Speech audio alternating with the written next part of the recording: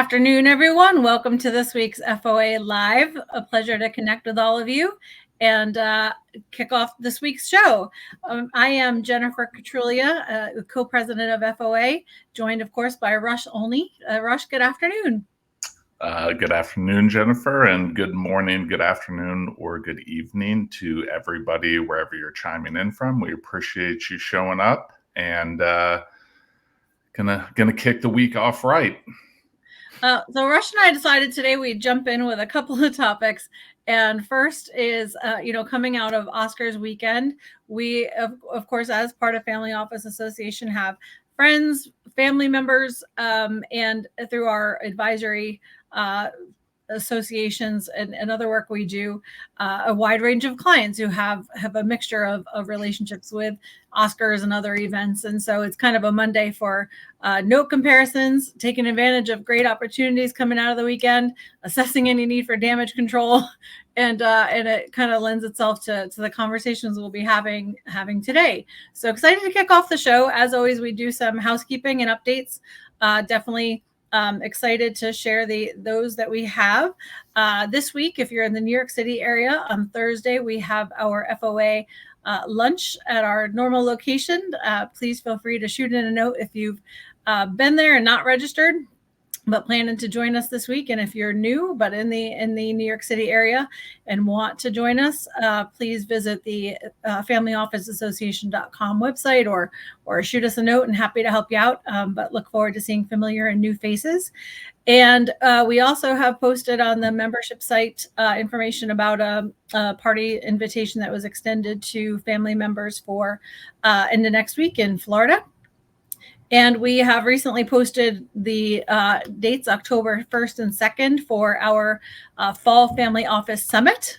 So looking forward to sharing those events. We also, by a week from today, will have added about 20 additional events to the website. So we're revamping. We've had a number of great invitations extended, and so we needed to rework some of our own dates, but we'll have those up by next week. So stay tuned and check them out. And if you have questions, please let us know. As always, we do take a look at the comments. And so if you're visiting us today, if you're hanging out with us, let us know and we'll be happy to call you out. And if you have any questions that you want to ask us directly, please feel free to send them in, and we do follow up after the show. So thank you very much. Quick note, about a month ago, we had no comment section at all. I have a comment section, but I cannot click or type in that. I don't know if you're seeing the same issues. Well, Rush has been excluded from it, so I have it. So don't worry. If you comment in, I got it, and we'll make sure we get you taken care of. So, but thank you very much, and excited to connect with all of you. If you don't hear from us during the show, we will connect with you afterward. But a pleasure. So this week, we're going to talk about a couple of things. As we come out of, we mentioned last week, had such an incredible time. Thank you to those of you who came to Fort Lauderdale and participated in the Global Impact Forum with us. It was an awesome event and had the really special privilege of being hosted by the Super Yacht Holdings team on the Victorious, and that was incredible as well. So wonderful trip all around, and certainly a day spent talking about making an impact and how, first of all, the power that family offices have.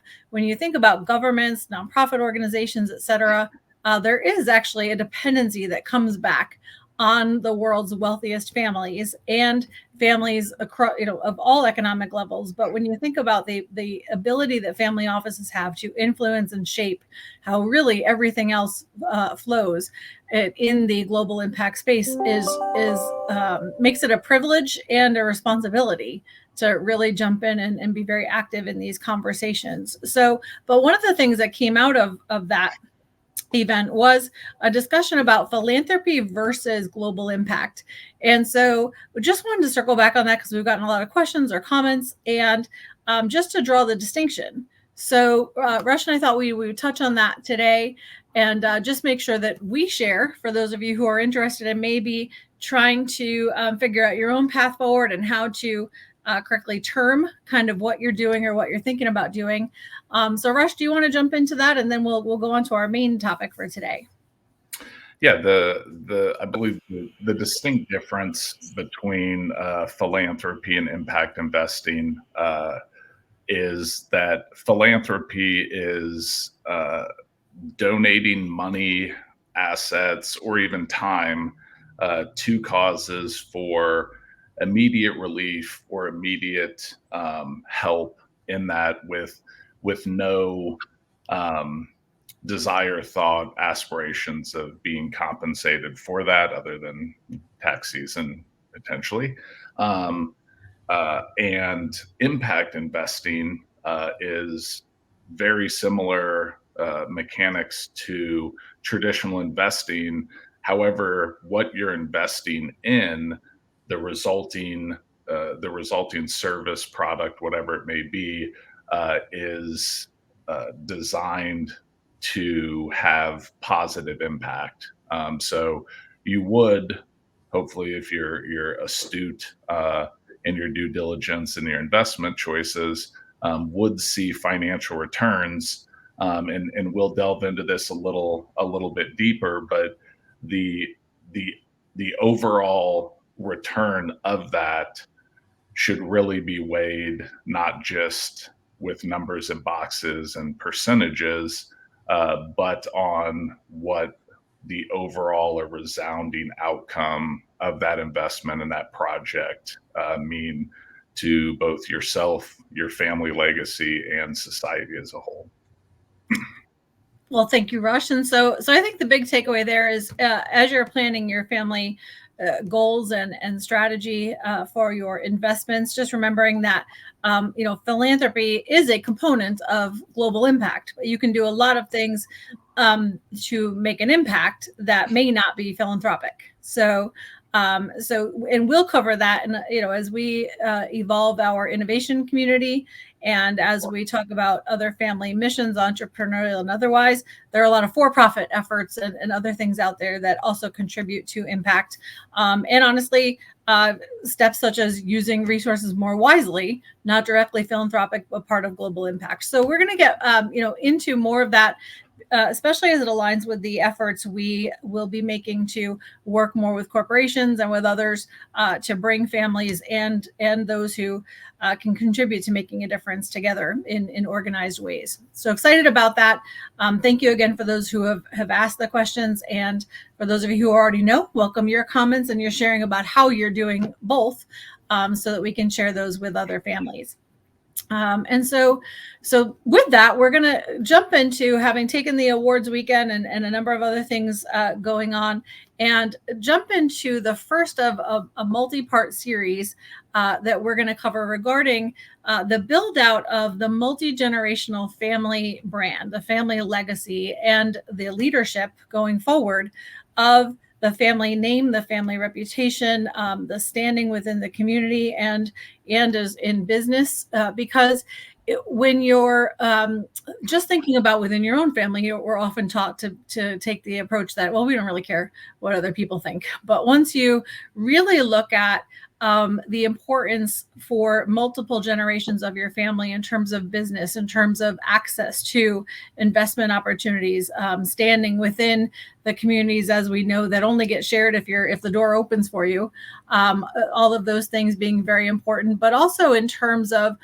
financial opportunities, and really just then we're talking about impact, and we're talking about other meaningful efforts for families, how to best create a position where you get to call the shots and where your family stays in control of your own next steps and your own communications and your own security. So we thought we'd touch on that today. And spend some time. We're going to talk about a number of ways to kind of do an assessment of your family brand today and in the future.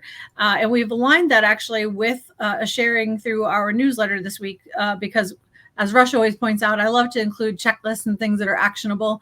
And it always makes him nervous because of the amount of time we have on these shows. So we're going to go at a super high level. And then in terms of, again, being able to grab this, leverage it, and move forward, it will be in the weekly newsletter that goes out this over the next day. So any questions, again, let us know. But we're excited to share that with you. So, Rush, as we're talking about the challenges and opportunities with regard to building out a brand, we want try to find that right balance. We work with a number of families, of course, who are incredibly private, and then those who, especially as we get more comfortable with social media, some get more comfortable with social media and enjoy it more, or want to post things about trips and family events and again, entrepreneurial activities. Some people like to share a lot. And finding that right balance is critically important, but also leveraging it correctly. So if you're someone who prefers a certain amount of privacy or a lot of privacy, some of the danger of that can be that others are talking about you, and others are sharing your information, and others are looking to learn about you.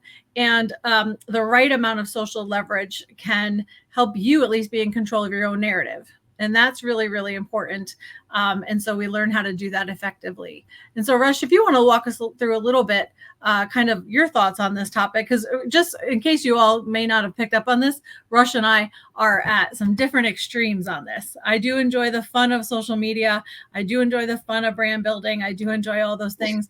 And while Rush, for those of you who have experienced it, is great at it, it may not be, Rush, I hope you don't mind me saying, your first love. So maybe you'll share your take on it and some of the things we've talked about A, why it's important, and secondly, walking through some of the hows a family can begin to walk through this process. I think I'm going to wrap a few of the points together here, give my best efforts.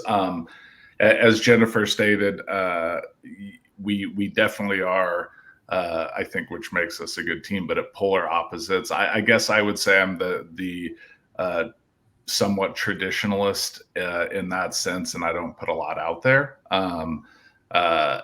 But the brand building, as I've endeavored on this journey with Jennifer, is, and the perception and what you put out there is crucial.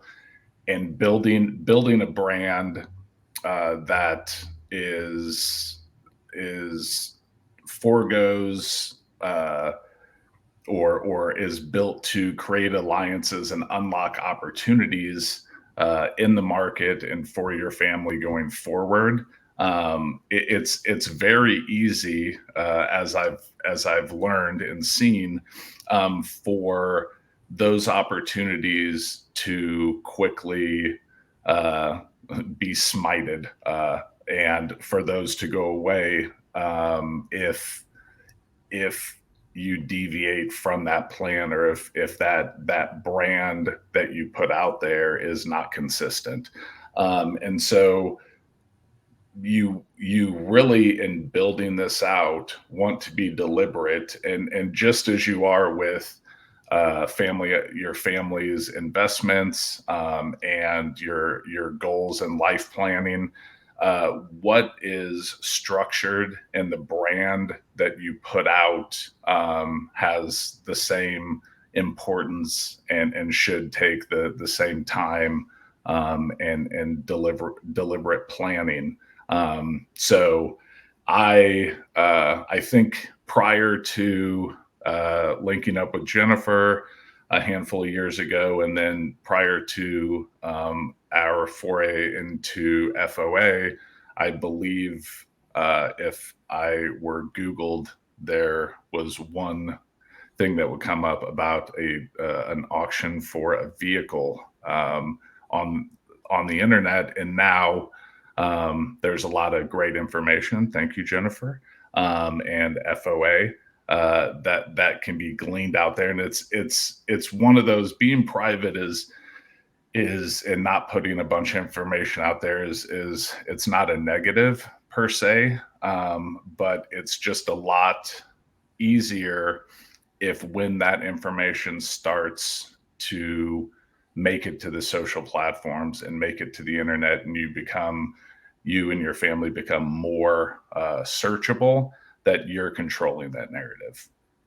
Well, let's talk about an example of this, because Rush, you brought it up when we were preparing for the show. And when we think about it, your family brand is much more than a logo. Although if you want a logo for your family, many have them, and you're certainly one path to go down, and a lot of times it may make sense. But really, your family brand is about the culture of your family. How are you sharing out your vision, your accomplishments, what it means to be a part of your circle, and what you stand for, what your values are, and then that carries forward too into your investment strategies, your entrepreneurial endeavors, everything you're putting out in the world, and having something you can come back and cross check against, to really compare the reality of what you're doing as a family, with that core brand you are seeking to create, that represents who you are and who you want to be in the future. And we had a great sharing.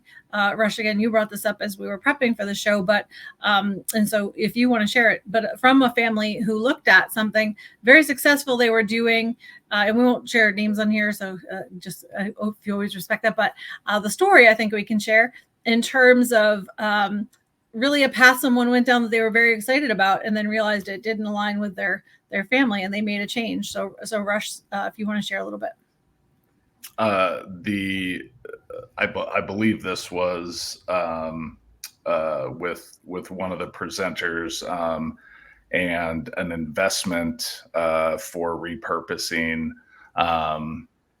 manufacturing facilities, which then ended up not the benefits of what the pivot were made to repurpose these didn't live up to the benefit to society that they thought it was in the cannabis space, I believe is what we're referring to, and so it no judgment about cannabis space, by the way, whether you're in it or not. That's not legal in a legal environment. So we'll qualify it with that, in a state that had been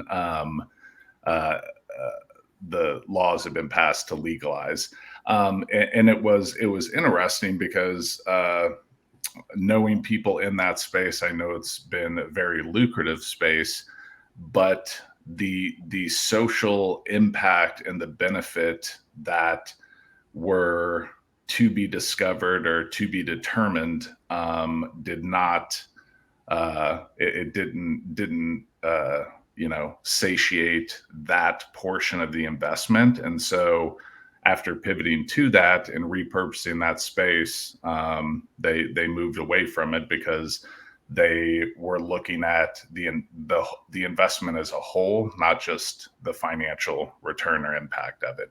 Well, so for that family leader, when they sat back and said, okay, what does this mean for me? What does it mean in terms of the sharing with my children? And what is it that my family vision and my family brand looks like? It wasn't a fit. And so it no longer became around about the returns at all. It was, does this fit with my family brand and what I want to communicate to the world, and what I now say I'm looking to achieve as far as making an impact and my legacy. And so again, back to when we're talking about this brand, it is very, very aligned to what you are passionate about, and also making very difficult decisions about things you may move away from as much as they might be financially lucrative. So finding that balance is critically important. And so when you think about integrating these values into your investment strategies, into your financial actions, it really does get much more broad. So and being very strategic with resources, aiming at that dual purpose of income, return, and social impact. So with that foundation, we want to talk about, again, how you go about establishing a brand. What are some ways you can do a family assessment about where you stand today, what you can look for going forward. And so we're going to take it again at a very high level as families grapple with that balance. Also talking about maintaining privacy versus that public sharing. This is not meant, again, to be a one size fits all, but finding that right balance for your family and getting real about the fact that you have a choice to some extent, And again, you don't, to the extent that if you don't make a choice about how your family reputation is shared and your branding and your path forward, there are certain situations where that gets decided for you. And at least for me, I'm one who always likes to be in control of again, that my own narrative. So how that's shared. And so Rush, I'll kick off the first couple, but and we kind of just did when we talked about, defining your core family values. If that's not something that through the generations of your family, especially if you have new and emerging leaders, to sit down and talk about and be able to articulate the core values. What is it you do stand for? What are the things you're aiming for and want to make sure are highlighted for you as a family? And what are the deal breakers? What are the things that you don't want to allow or ever have as part of what you communicate about your family vision or your values? And so, Rush, some of the ways you can actually do that, I know we talk about a little bit. I'll rip through lists. I just wanted to make sure that my audio and yours. Okay. I've lost it on my end. So I'm flying. We'll let you know if your brand suffers as a result, but so far you're good. Absolutely. So to go through a couple of the points quickly, and again, Jennifer's crafted these in the newsletter. Please, if you haven't signed up for the newsletter, please do. But the core, some of the core pieces of that would be establishing a vision statement for your brand, and what that does is, wanting to control and be able to. I look at it sort of as a filter to the outside world, and so, defining core values, establishing a vision statement of what you want that brand to look like and how you want that crafted, and then crafting a brand mission statement, and then identifying the pillars of that brand. And it's always interesting with the family office, because it is, when you think about firms, commercial or private firms, but that are for profit, that are similar to a family office, a PE fund, a VC fund, or just a business. So much of the time, it's almost a separation of church and state, so to speak, where the idea of implementing, what is important to a family and what makes a family work are almost pulled out and strained out of those mission statements when you're talking about a for-profit business. The beauty of a family office is that those can be, the majority or a large portion of the core pillars, which really help craft a family office into something that can be much more impactful and have a lot more meaning behind it than just a value proposition or returns. And so if you want to take all this and prepare for, actually, let's say a 6-week, we're going to do this actually for longer than that, but a multi-part series of walking through this process as a family. We'll click off the first few steps we walked through. And again, if you're subscribed to the newsletter, you can get this full list. There's 20 points we're going to start with over the next several weeks. But the first one would be that defining your core values, and establishing your mission statement. And we're talking about doing these in writing, actually formalizing these so you have them as a carry forward for your family.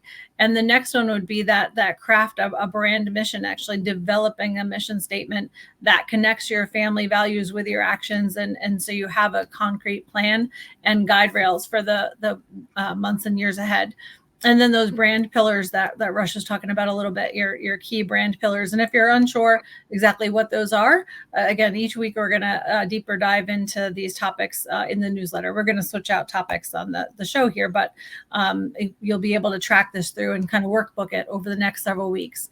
And so then what we're going to talk about is conducting a legacy audit, reviewing your family's history and achievements to best understand and articulate what you stand for or have stood for, and whether that's what you want to continue forward, and how you'll pivot if it doesn't represent exactly what you want the future to look like. But auditing and really being sure that you have the full understanding of that family history, and again, the positives that you want to highlight, and those things again that you may want to change and evolve going forward.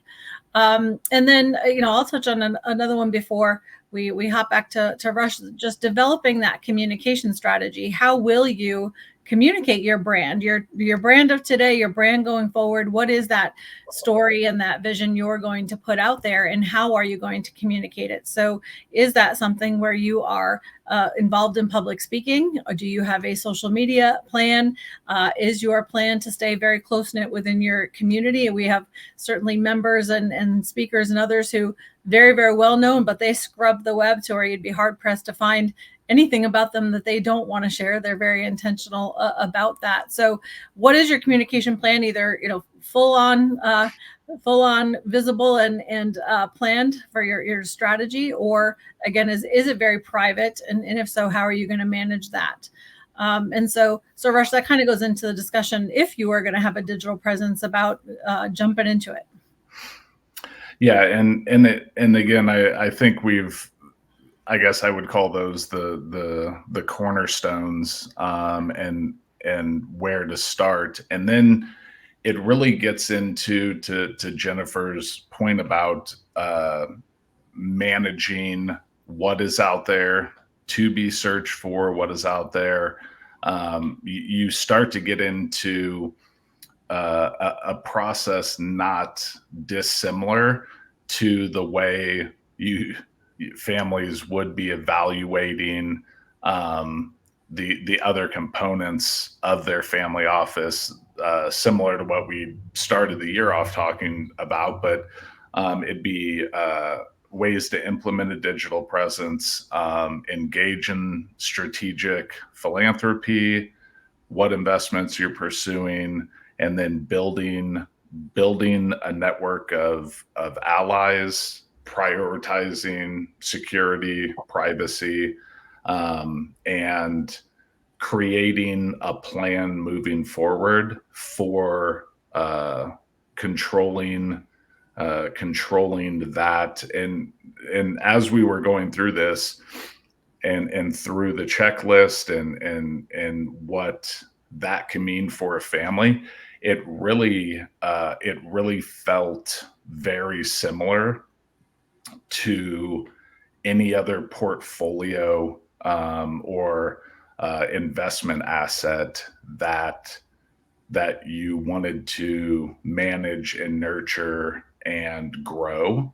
It's the checklists and the audits and the attention to detail with it really came across to me much more similar to a portfolio of real estate than it did people's likenesses or brand. I don't know if you felt the same way, Jennifer, but it's almost an asset for the family, controlling and managing the brand and growing that is and quite frankly could have much more impactful returns and benefits to the family than a portfolio or a holding or an asset that is strictly or somewhat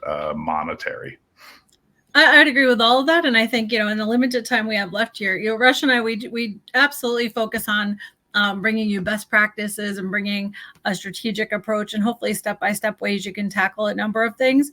And for those of you who get to know us, though, you also know that we're pretty pretty straight out there in terms of sharing our thoughts and opinions. And so part of the reason we cover these things is that, and one of the things I love about the way FOA has continued to evolve is it's a very out there in front entrepreneurial community. People are making things happen.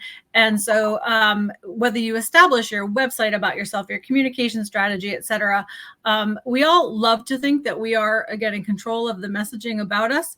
If you are not, and if you're out there really attempting to be competitive, so is everyone else. And so people are really competitive in terms of how they structure their businesses, the actions they take, the best practices, all those things. And at the end of the day, too, the messaging matters. So we all know, and whether you want to share it in the messaging or not, that the phone calls get placed, the emails get sent, the text messages go out, the stream of communication happens, the testimonials are there, the references, is this a legit group? Is this a whatever else is taking place? So you have the opportunity in your own messaging and branding to, again, share your story. So a lot of this is feel good.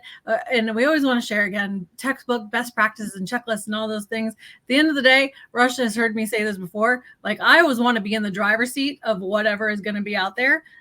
Not because you're personally, I guess, inspired or devastated by anybody's opinion of you, but there are situations where it does matter, absolutely matters from a strategic standpoint, from the doors that open or don't for your children, for your opportunities going forward as legacy. So again, sometimes it's just, I think it's important even on these shows for us to take the gloves off a little bit and be like, okay, here's again, your best practices. Here's all the things we want to share with you. And then here's really front line, at street level version, why this is important. And again, we know when you're asking, some of you are asking for concierge help or reputational help or business management help, that it's because, on your best day, any number of these things can go wrong. And so we really want to help be proactive and give you the best fighting chance for your own family success. So we'll say thank you very much there for this week. And honestly, once we do that, once we just have these conversations, at least for me, I know Rush, we have these offline, but we always want to bring you a certain amount of that too, because otherwise you could tune in anywhere. But we want you to bring in, we want you to get to experience what happens here through FOA, how we work together, and really the extended family side of it, which is having each other's backs as we all create our brands and nurture them and look out for each other. So thank you for joining us this week. A pleasure. Rush, always great to co-host with you. And we'll look forward to seeing all of you on the show next week. Have a great week, everybody. Thanks for tuning in, and we look forward to seeing you next week. Take care, everyone. Thanks so much.